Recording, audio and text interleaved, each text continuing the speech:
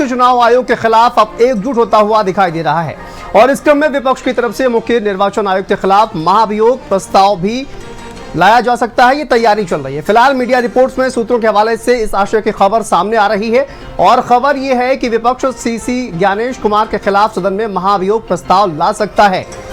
मुख्य चुनाव आयुक्त के व्यवहार से नाराज बताया जा रहा है विपक्ष और इसी वजह से ये पूरी प्रक्रिया चल रही, इस पर चर्चा चल रही है। विपक्ष बिहार में वोटर लिस्ट से नाम काटे जाने के साथ ही वोटों की चोरी और पक्षपात को लेकर चुनाव आयोग पर लगातार आक्रामक रुख अपनाए हुए है और इसको लेकर विरोध प्रदर्शन भी किया जा रहा है।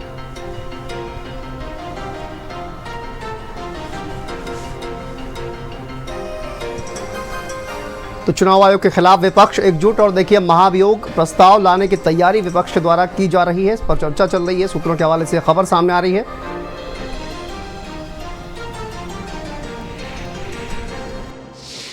एसआईआर मतलब बिहार की जनता से उनका वोट चोरी करने का तरीका। पहले छुप के करते थे, अब खुलेआम सबके सामने। आज उनका प्रेस कॉन्फ्रेंस होता है। मैं उनसे पूछना चाहता हूं, आपने कानून बनाया, आपने सीसीटीवी का कानून बनाया, फिर आपने उस कानून को बदला क्यों? सरकार ने क्यों बदला? मैं एक और सवाल पूछना चाहता हूं। भाइयों और बहनों, आप जानते हो कि इलेक्शन कमिश्नर पर कोई भी केस नहीं किया जा सकता है। आप जानते हो कि हिंदुस्तान का कोई भी court, high court, supreme court उन पर केस नहीं कर सकता है। आप जानते हैं कानून कब बना? जानते हो 2023 में यह कानून बना। यह कानून 2023 में क्यों बना? क्योंकि नरेंद्र मोदी और अमित शाह ये चाहते हैं कि इलेक्शन कमीशन के खिलाफ कोई कार्रवाई नहीं कर पाए, क्योंकि इलेक्शन कमीशन उनकी मदद कर रहा है, उनके साथ वोट चोरी कर रहा है। और हमने इंडिया गठबंधन के बिहार के नेताओं ने मन बना लिया है कि बिहार में हम वोट चोरी नहीं होने देंगे। सवाल नहीं उठता, वोट चोरी नहीं होने देंगे। कुर्सी, शाहगंज, छिबरामऊ, श्रावस्ती, मणियाऊ, कितने कम डिफरेंस से हम चुनाव हार गए। और डिलीटेड वोट ये दिखाई दे रहे हैं, कितना डिलीटेड वोट है। ये तो वो कम समय में हम आइडेंटिफाई कर पाए। अगर हमें ये जिस फॉर्म में हम लोग चाहते हैं वोटर लिस्ट हमें उसी फाइल में मिल जाए तो हम ज़्यादा ढूंढ करके दे सकते हैं। और 19 में जो वोट डाले हैं 22 में कट गया। अगर वोट बनवाने का एक प्रोसीजर है तो वोट कटवाने का भी एक प्रोसीजर है। हमारी डिमांड केवल इतनी है कि एक जिलाधिकारी को सस्पेंड कर दो आप, पूरे देश में एक भी वोट नहीं कटेगा। ये कागज है, एफिडेविट है, रिसिप्ट है, आप एक भी डीएम को सस्पेंड कर दिया और ये लंबी सूची है। मैंने किसी को माफी मांगने का। तो देखिए विपक्ष के द्वारा लगातार सवाल खड़े किए जा रहे हैं और इसी पर खास मेहमान हमारे साथ जुड़े हुए हैं, उनसे चर्चा करेंगे। हमारे साथ सुरेंद्र राजपूत जी जुड़े हुए हैं, प्रवक्ता कांग्रेस पार्टी के। हमारे साथ रत्नाकर सिंह जी जुड़े हुए हैं, भारतीय जनता पार्टी के प्रवक्ता हैं। और हमारे साथ संजय राणा जुड़े हुए हैं, राजनीतिक विश्लेषक हैं। आप तीनों का बहुत स्वागत है। सबसे पहले रत्नाकर सिंह जी, आप ही से सवाल करूंगा क्योंकि विपक्ष लगातार सवाल पूछ रहा है सरकार से भी ये कि इस तरह का कानून बनाया गया कि कोई भी कार्रवाई ना हो पाए। जैसा कि राहुल गांधी को आपने सुना, वो कह रहे हैं कि ऐसा कानून बनाया गया कि कोई कार्रवाई ना कर पाए, लेकिन महाभियोग अब लाया जा रहा है। ये कहा जा रहा है कि महाभियोग लाया जाएगा, वो कितना सफल होगा नहीं होगा, लेकिन कहीं ना कहीं सवाल निश्चित तौर पर खड़े हो रहे हैं।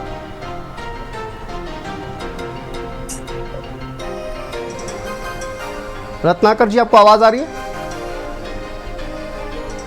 जी बिल्कुल, अभी आ रही है, बताइए, रिपीट करिए अपने प्रश्न। सर, आपके खिलाफ लगातार विपक्ष लामबंद है। कहा यह जा रहा है ऐसा कानून बनाया कि चुनाव आयोग के खिलाफ कोई कार्रवाई न कर पाए। महाभियोग लाने की प्रक्रिया चल रही है, बातचीत चल रही है, भी खबर सामने आ रही है। अभी आप क्या कहेंगे जो इतना सवाल आपके ऊपर खड़ा हो रहा है, सरकार के ऊपर खड़ा हो रहा है? जी बिल्कुल शांतनु जी, देखिए सबसे पहले तो मैं यही कहना चाहूंगा कि कांग्रेस पार्टी जो है वो हमेशा से सहूलियत की राजनीति करती है। और सहूलियत की राजनीति ऐसे करती है कि आपने देखा होगा कि इन्होंने पहले भी उपराष्ट्रपति, जो पूर्व उपराष्ट्रपति मैं कहूंगा जगदीप धनखड़ जी के ऊपर भी महाभियोग का प्रस्ताव ये ला चुके थे। और किस तरह से जब उन्होंने इस्तीफा दिया उसके बाद उनके सम्मान में डिनर पार्टी का आयोजन भी कांग्रेस पार्टी ने ही रखा। और इसके पहले ये संवैधानिक संस्थाओं पे इनको कोई भरोसा नहीं रहता। ये इसके पहले भी 2018 में अगर आप देखेंगे तो सुप्रीम कोर्ट के मुख्य न्यायाधीश दीपक मिश्रा के ऊपर भी महाभियोग लाए थे, जिसमें उन्होंने उपराष्ट्रपति को 71 सांसदों का सिग्नेचर करा के दिया था। लेकिन 71 सांसदों में 7 जो सांसद पहले से ही रिटायर्ड थे। तो ये कांग्रेस पार्टी का चरित्र है। देखिए, अगर कांग्रेस पार्टी अगर चाहती है इस प्रक्रिया को अगर सुधारीकरण करना, तो निश्चित रूप से चुनाव आयोग के समक्ष उनको जाना चाहिए। और जब चुनाव आयोग ईमेल भेजता है राहुल गांधी को, आइए आप हमारे यहाँ और जो भी आपके क्वेरीज हैं हम उसको रिजॉल्व करते हैं बैठ करके, राहुल गांधी जाते नहीं है। राहुल गांधी को जब फिर दोबारा जो है कांग्रेस पार्टी को चुनाव आयोग कहता है कि 30 सांसद हमारे यहाँ आए, ऑफिस में जगह छोटी है, आप आए 30 सांसदों के साथ। वापस आते हैं आपके पास रत्नाकर साहब, मैं जवाब लेता हूँ। सुरेंद्र राजपूत जी हमारे साथ जुड़ गए हैं। सर, वो ये कह रहे हैं कि आप सहूलियत की राजनीति कर रहे हैं। पहले तो ये बताइए, ये महाभियोग लाया जा सकता है सीसी के खिलाफ, इसको लेकर क्या आप कहेंगे? विपक्ष क्या इस पर तैयारी कुछ कर रहा है, और महाभियोग क्यों लाया जा रहा है विपक्ष के द्वारा, ये भी बताइए। देखिए, मुझे अभी महाअभियोग लाने की कोई जानकारी नहीं है, तो इसलिए मैं इस पर कोई टीका टिप्पणी नहीं कर सकता। हाँ जी, ज्ञानेश कुमार जी काम तो ऐसा ही कर रहे हैं कि महाअभियोग लाया जाना चाहिए, लेकिन मेरे पास ऐसी कोई सूचना नहीं है, नंबर 1 जी। नंबर 2, इतिहास की सबसे बेशरम प्रेस कॉन्फ्रेंस कल ज्ञानेश कुमार जी ने की, सबसे बेशरम, जिसमें कोई किसी मुद्दे का उन्होंने जवाब नहीं दिया, जिसमें वो भारतीय जनता पार्टी के पपेट की तरीके से काम आए, जिसमें वो राहुल गांधी जी से हलफनामा और माफी की तो मांग करते हुए आए, लेकिन सेम आरोप जो राहुल गांधी जी ने आरोप लगाए थे, वही आरोप चुनाव आयोग पर अनुराग ठाकुर ने लगाए थे। उन पर उन्होंने कोई एक शब्द नहीं बोला, ना उनसे माफी की मांग की, ना उनसे हलफनामे की मांग की। ये चुनाव आयोग का जो दोहरा चरित्र है, इसके खिलाफ हम लोग सहूलियत की, जैसे अभी क्या नाम भारतीय जनता पार्टी के जो भी नेता है उन्होंने कहा, तो हाँ, हम तो जनता की सहूलियत की राजनीति करते हैं, करेंगे, आगे भी करेंगे, क्यों नहीं करेंगे, हम करते हैं जनता की सहूलियत की राजनीति। जनता की सहूलियत की राजनीति की तभी तो लगातार हम देश को 150 करोड़ का हमारा बजट था जब 1948 में देश आजाद हुआ था, पहली हमारे पास कैबिनेट आई थी जिसमें आपके श्यामा प्रसाद मुखर्जी भी थे मंत्री, और आज हमने 44 लाख करोड़ का बजट करके दिया ना, तो जनता की सहूलियत की राजनीति है, क्यों नहीं करेंगे। हमने रेल बनाई, तेल बनाई, भेल बनाया, बैंकों का राष्ट्रीयकरण किया, हमने कोऑपरेटिव बैंक बनाए। बिल्कुल, लेकिन सर आप ये चुनाव आयोग की तरफ से कहा गया है कि अगर आप या तो माफी मांगिए या तो हलफनामा दीजिए, तो कांग्रेस पार्टी क्या तैयारी भी कर रही है?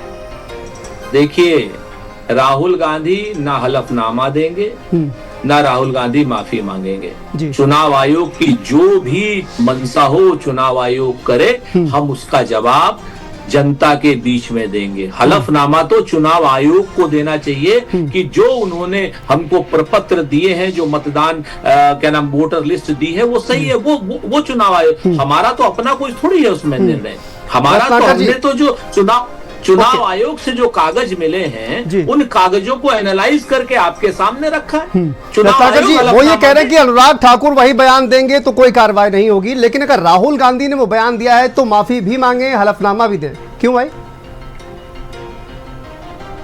नहीं, देखिए, अभी राहुल गांधी पे मैं बात कर लेना चाहता हूँ। राहुल गांधी जी देखिए सुप्रीम कोर्ट द्वारा सत्यापित झूठ है, कई बार झूठ पे उन्होंने माफी मांग चुके हैं माननीय न्यायाधीश के सामने। तो इस तरह से सत्यापित झूठे राहुल गांधी हैं। अगर वो कोई भी डॉक्यूमेंट अगर देते हैं तो निश्चित रूप से एफिडेविट करके देना, वो हलफनामा लिख के दे दें, और वो सत्यापित अगर रहेगा उनका तो निश्चित रूप से उस पर कार्रवाई होगी। वो तो कह रहे हैं कि सुरेंद्र जी कह रहे हैं कि ना वो माफी मांगेंगे ना वो हलफनामा देंगे। मेरी बात, ना वो माफी मांगेंगे ना वो हलफनामा देंगे। पूरी बात कर लूं शांतनु जी, मैं भी अपनी बातें पूरी कर लूं। बोलिए सर। जी, देखिए, एक छात्र होता है जो परीक्षा में फेल हो जाता है। अगर वो परीक्षा में फेल हो जाता है तो अपने पेरेंट्स को बोलता है कि मैंने सही किया है लेकिन उसमें मार्क्स मुझे सही नहीं मिले हैं। तो अगर मार्क्स सही नहीं मिले हैं तो उसका स्क्रूटनी कराया जाता है। तो स्क्रूटनी कराने के लिए आपको लिखित आवेदन देना होता है परीक्षा आयोग को। आप जब तक लिखित नहीं देंगे तब तक वो कैसे आपका स्क्रूटनी करेगा? वही चीजें चरितार्थ होती हैं। यहाँ पे भी राहुल गांधी अगर मानते हैं कि उनके आंकड़े बिल्कुल सही है और सत्यापित है तो वो हलफनामा के साथ चुनाव आयोग को दे दे। चुनाव आयोग तो बार बार बुलाता है ना राहुल गांधी को, आप आइए हमारे यहाँ, हम आपके क्वेरीज को रिजॉल्व करते हैं। राहुल गांधी जाते नहीं है। राहुल गांधी को तो प्रेस कॉन्फ्रेंस के माध्यम से सिर्फ चुनाव आयोग के ऊपर, संवैधानिक संस्थाओं के ऊपर आरोप लगाना है, जो वो करते हैं। अरे आप लिखित या तो दीजिए, या तो जब चुनाव आयोग बुलाता है तब जाइए, तब उनसे मिलिए। मैं इस पर रिएक्शन लेता हूं सुरेंद्र जी का रिएक्शन, उसके बाद मैं संजय राणा के पास जाता हूं। सुरेंद्र जी वो कह रहे हैं कि आप देखिए अगर कोई सबूत है तो वो दीजिए, क्योंकि इससे पहले जो लिस्ट सामने आई थी उसमें कई लोग भी निकलकर सामने आए जिसमें कहा गया कि हाउस नंबर गलत दिया हुआ है, इस तरह की बातें हुई, लेकिन उस पर लोग निकलकर सामने आया। वो कह रहे हैं कि आप अगर कोई सबूत है तो आप दीजिए, पेश करिए। वो इस तरह की बातें कर रहे हैं। सबूत तो हमने दे ही दिए, चुनाव आयोग की वोटर लिस्ट से दे दिए, नंबर 1। नंबर 2 जो स्कूटनी की और ये इधर उधर की बातें कर रहे हैं भारतीय जनता पार्टी के विद्वान नेता, 18,000 हलफनामे दे रखे हैं अखिलेश यादव जी ने। 18,000। ये चुनाव आयोग के बहुत बड़े प्रवक्ता बने हुए हैं ना, तो ये बताएं 18,000 हलफनामों को दिए हुए 1 साल हो गया है, उस पर कौन सी कार्रवाई की? हमने तो 18,000 हलफनामों के साथ कहा कि भाई ये वोटर लिस्ट से हमारा नाम काटा गया जी। 18, एक आधा हलफनामा नहीं, 18,000 है। तो आप इस चीज को देखिए, हम इधर उधर तू मैं नहीं करना चाहते, जनता सब देख रही है। आप इधर उधर की बातें, राहुल गांधी जी के ऊपर व्यक्तिगत आक्षेप, अपनी झूठी बातें कहना कि राहुल आता हूँ मैं रत्नाकर जी आपके पास आता हूँ। संजय राणा जी बहुत देर से इंतजार कर रहे हैं। सुनिए अब हमारी बात सुन लीजिए, फिर हम चले जी बोलिए। ठीक है ना। तो राहुल गांधी जी ने सुप्रीम कोर्ट को कोर्ट करने के लिए, कभी सुप्रीम कोर्ट ने कहा, सिर्फ एक लाइन के लिए सुप्रीम कोर्ट से माफी मांगी। हमने आपसे थोड़ी माफी मांगी, हम तो आज भी कह रहे हैं कि चौकीदार चोर है। हम तो आज भी पूरी तरीके से इस बात को कह रहे हैं कि चौकीदार चोर है। फिर से कहते हैं चौकीदार चोर है। ये हम कह रहे हैं, सुप्रीम कोर्ट ने नहीं कहा था, ये हम कह रहे हैं। तो आज की डेट में जो सत्यापित झूठे लोग हैं, जिन लोगों ने 60 रुपए की पेंशन ली है अंग्रेजों से, जिन लोगों ने अंग्रेजों की चाटुकारिता की, दलाली की, मुखबरी की, वो लोग आज की डेट में हमसे कहें। और रही बात मैं संजय राणा जी कह देता हूँ 5 सेकंड की, मैं सिर्फ भारतीय जनता पार्टी से ये कहना चाहता हूँ कि ये लोकतंत्र को बचाने की लड़ाई है। आप लोग चुनाव आयोग को बचा रहे हैं, हम लोकतंत्र को बचा रहे हैं। आपके यहाँ पर जितनी लोकतांत्रिक ताकतें हैं, सबको, भारतीय जनता पार्टी के सभी लोगों को सहयोग करना चाहिए इस लोकतंत्र को बचाने की लड़ाई में। ठीक है संजय राणा जी, वो कह रहे हैं लोकतंत्र को बचाने की लड़ाई है। और आप ये जो पूरा एक महाभियोग की भी बात की जा रही है, क्योंकि कांग्रेस के सांसद का ये बयान सामने आया कि वो ला सकते हैं, लाया जाएगा नहीं लाया जाएगा ये अलग बात है, लेकिन ये बात चल रही है। आप इस पूरी प्रक्रिया को या फिर इस पूरे नैरेटिव को किस तरह से देखते हैं? गुड आफ्टरनून पहले पर देखिए, ऐसा है कि कानूनी संगत होना चाहिए, बातें सत्यता पे आधारित होनी चाहिए। अभी आपने बाइट चलाई, राहुल गांधी जी ने क्या बोला है कि भाई चीफ इलेक्शन कमीशन पे कोई केस नहीं हो सकता। जो 1923 का अमेंडमेंट हुआ था इलेक्शन कमीशन में, वो सैलरी और अपॉइंटमेंट और इसका रिमूवल का अमेंडमेंट हुआ था, ना कि उनपे केस चल सकता कि नहीं चल सकता उस पर हुआ था। तो सत्यता नंबर 1। नंबर 2, देखिए हलफनामा क्यों नहीं दे रहे, कानूनी तौर पर समझिए। अगर हलफनामा देते हैं तो को अगर गलत बात होती तो 7 साल की कैद हो सकती, यानी उनकी जो सीट है वो भी जा सकती है और जेल भी जा सकते हैं, इसलिए हलफनामा नहीं दे रहे हैं। नंबर 3, देखिए महत्वपूर्ण चीज है, उसको समझना बहुत जरूरी है। ये देखिए महाभियोग तो बहाना है। महाभियोग लाने के लिए आपको पता है 2/3 बहुमत चाहिए, 2/3 बहुमत नहीं है, लेकिन बिहार का चुनाव से हो हल्ला मचाने के लिए, अपने चेहरे को छिपाने के लिए सब किया जा रहा है। नंबर 4, देखिए मधेपुरा क्या बात की गई थी, जो बैंगलोर कंस्टिट्यूंसी का था, राहुल गांधी ने उसका आवाज उठाई थी, बिल्कुल सही है, उठाना चाहिए। वहां पे बीजेपी को तकरीबन 62% वोट मिले थे।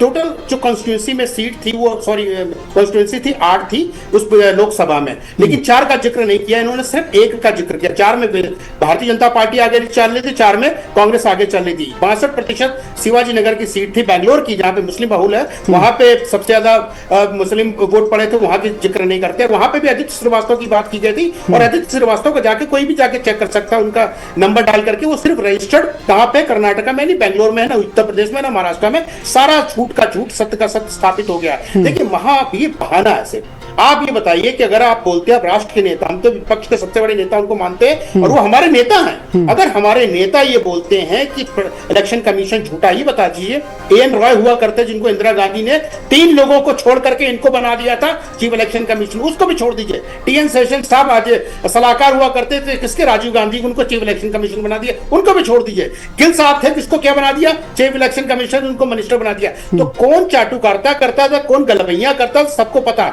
जनता का हक नहीं मारा जाना चाहिए और झूठ पे राजनीति बिल्कुल नहीं होनी चाहिए। मैं चाहता हूं सुरेंद्र भाई हमारे बड़े भाई हैं, ज्ञानी व्यक्ति हैं, बड़े प्रवक्ता हैं, लेकिन सत्यता की बात करें। ये बताइए राहुल गांधी यहीं पे मैंने झूठ का झूठ, दूध का दूध, पानी का पानी, ठीक है सर, जवाब राहुल गांधी ने यहीं पे पहले स्टेटमेंट में झूठ बोल दिया। ओके संजय जी, जवाब को समझना पड़ेगा। 5 सेकंड खत्म कर रहा हूं। इन्होंने महाराष्ट्र की बात की थी माननीय राहुल गांधी साहब ने 2004 में, मालूम है तकरीबन 90,89,80,000 वोटर, सॉरी 90,89,000 वोटर ऐड किए गए थे। जीता कौन था? कांग्रेस जीती थी। मैं सिलसिलेवार तरीके से सारी चीजें रख सकता हूं अगर तथ्य पे कुछ डिस्कशन करना चाहे तो। ठीक है सुरेंद्र जी जवाब दीजिए। देखिए, आप लोग एक काम करते हैं शांतनु भाई, एक आदमी को भारतीय जनता पार्टी के प्रवक्ता के नाम पर, एक आदमी को राजनीतिक विश्लेषक के नाम पर भारतीय जनता पार्टी के प्रवक्ता को बैठा दिया। सर मेरे बात का आंसर दे दीजिए, डर क्यों रहे हैं? सुनिए, अब मैं आपके बीच में नहीं बोला ना राणा साहब। भारतीय जनता पार्टी से मेरा कोई मतलब नहीं है।